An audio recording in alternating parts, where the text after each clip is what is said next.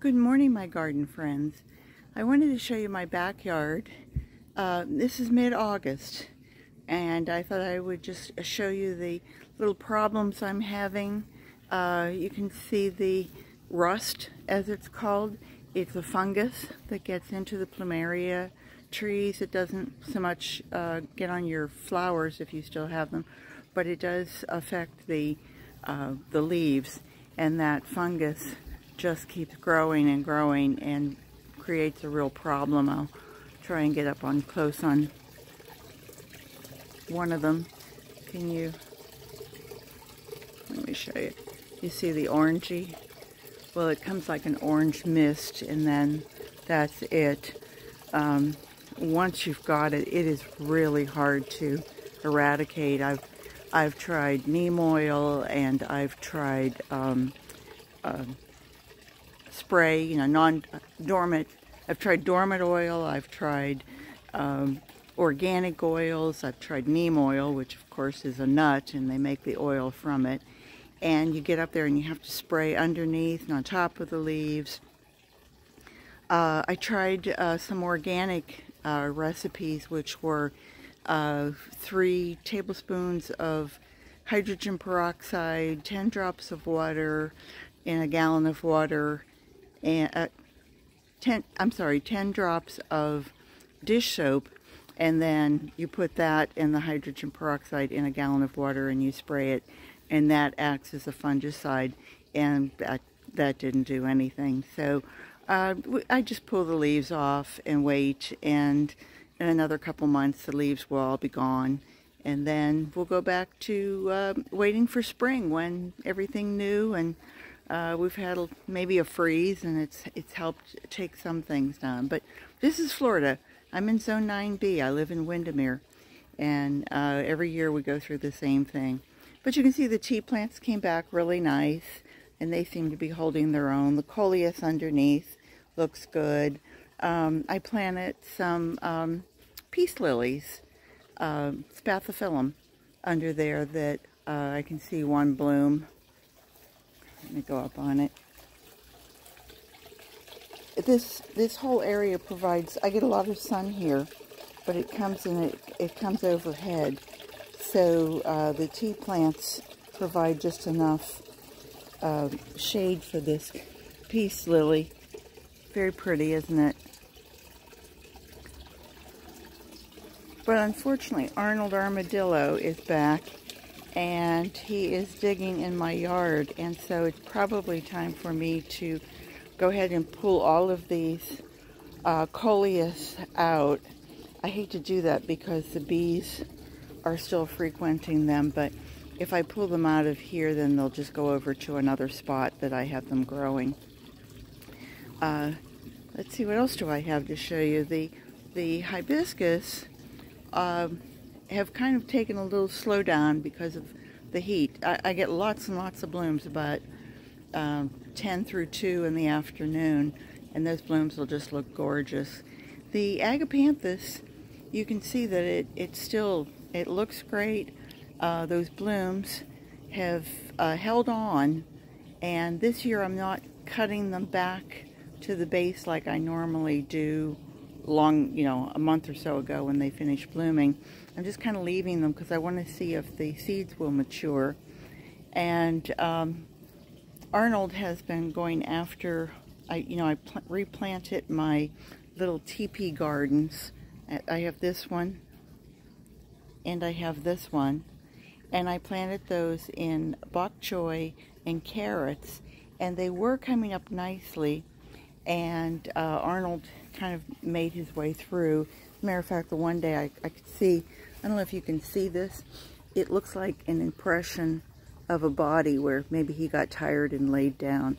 But you can see I have a little bit of bok choy that kind of came up. I don't know, I think I'm not giving it the right circumstances, and we're having afternoon downpours, and I mean, it was some pretty heavy rain, so I think maybe it's just getting too wet.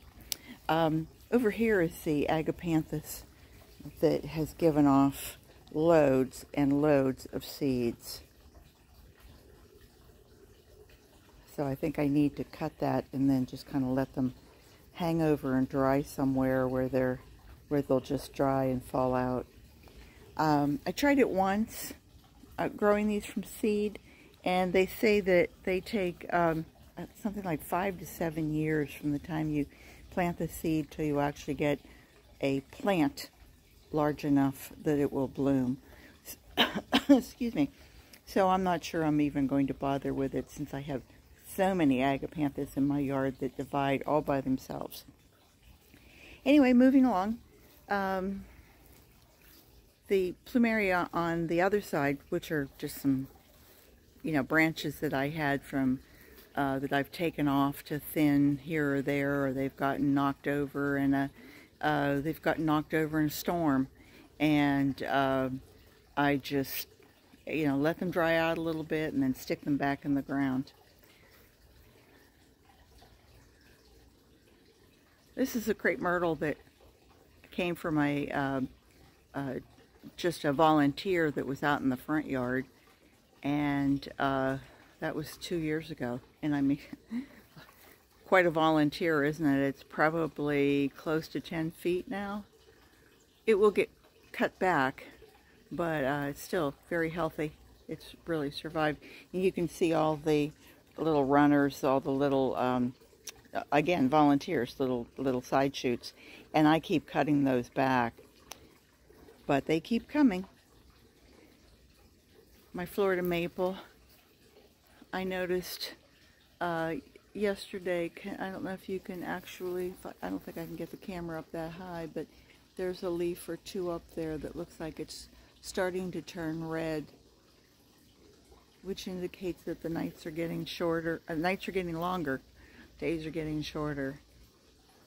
This is the raspberry crepe myrtle that has finished blooming, and the seed pods, or these little bloom heads, they don't actually seem to be a seed pod. I don't know if this is what would be considered a sterile crepe myrtle, that they do that so that they're not dropping seeds everywhere. That would be really cumbersome, wouldn't it, to have all of those coming up down below. You can see everything looks kind of shoddy, I guess is what I want to say. The rains are every afternoon. Our humidity is 95 in the mornings. It's very, very hot. It's 90 degrees during the day. We just want to melt. And but my big happiness, my joyful news is that this papaya, which my friend gave me back in March, and it was only about 8 or 10 inches, it's now probably, I would guess that's probably about 8.5 feet, and it had blooms on it. It still has a few blooms on it, and I was so concerned because she said to me that she thought it was a male, and just to cut it down, we'd start again. And I thought, what the heck, it's not going to hurt anything, I'll just leave it. And so this is one of the blooms, and it looks like just a little papaya, doesn't it? Now I'll just put my finger there so you can see the size. It's maybe close to 2 inches. My hands are dirty. Sorry, I've been trying to weed here. Can you see that there? And you can see that it's got another bloom on the back side. This one, I've had a couple that came out and they kind of fell off. They seem to be. But, for a plant that's only 7-8 months old, I think this is pretty good to, even if I got one papaya off of it, I would be thrilled. Moving back over to this corner, I just cleaned this out because the plumeria is dropping so many leaves. I'm out here every day trying to clean this up, and then I've sprayed it a couple times and it doesn't seem to be helping any. Doesn't even seem to be slowing down the leaf drop. So anyway, I got back there and I cleaned it up, and I cleaned up the pine straw and weeds and what have you, and lo and behold, this is where I figured Arnold was coming in. I don't know if you can see that there's a hole back there, and also the dirt that's coming up. And so I'm trying to figure out where he's coming from and kind of block his entry and exit, of course. I've added some, I'm getting mosquito bites out here, but I've added grass clippings and shredded paper to my compost pile, and I think I'm about ready to take this all apart because the wood is just getting too flimsy and almost spongy. And let me show you, these are some of the holes he digs. Yeah, he only goes down about 3 or 4 inches, but still, you know, whatever is there, he's just taking it up. They go through your grass and they dig. The more organic I am, that I have worms everywhere, well, Arnold is just pleased as punch because that's what he eats. I took out the cosmos. I didn't really have good luck with the cosmos. Even the blooms, although they were kind of pretty, there really wasn't enough. So I left one that looked good a couple days ago, but now it needs to come out. So I need to do a major rehaul. This is the giant Japanese spinach, and this was growing inside on my Meals on Wheels, and they were, after 4 months, were only about half that size.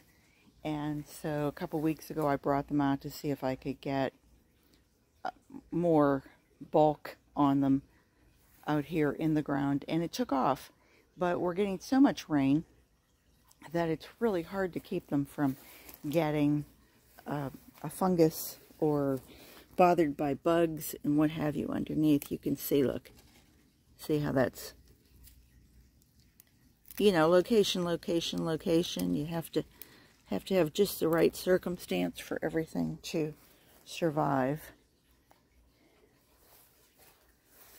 My amaryllis in pots are all just, they all look lovely, all look really healthy, and I can either keep them in pots or I could plant them back in the ground and use those pots for something else.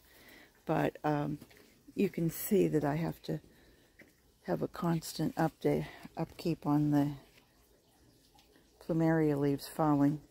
I don't have this for, you know, for the first, what, 4 months, and then all of a sudden it hits. But anyway, these look pretty, don't they? I mean, amaryllis are a beautiful plant just by itself. It doesn't even need a bloom, but the bloom makes it spectacular. And then over here, this is the sweet potato vine. I put this in probably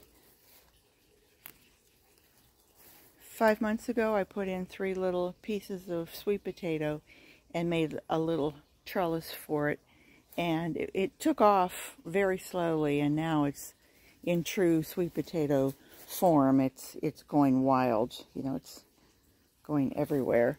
And I need to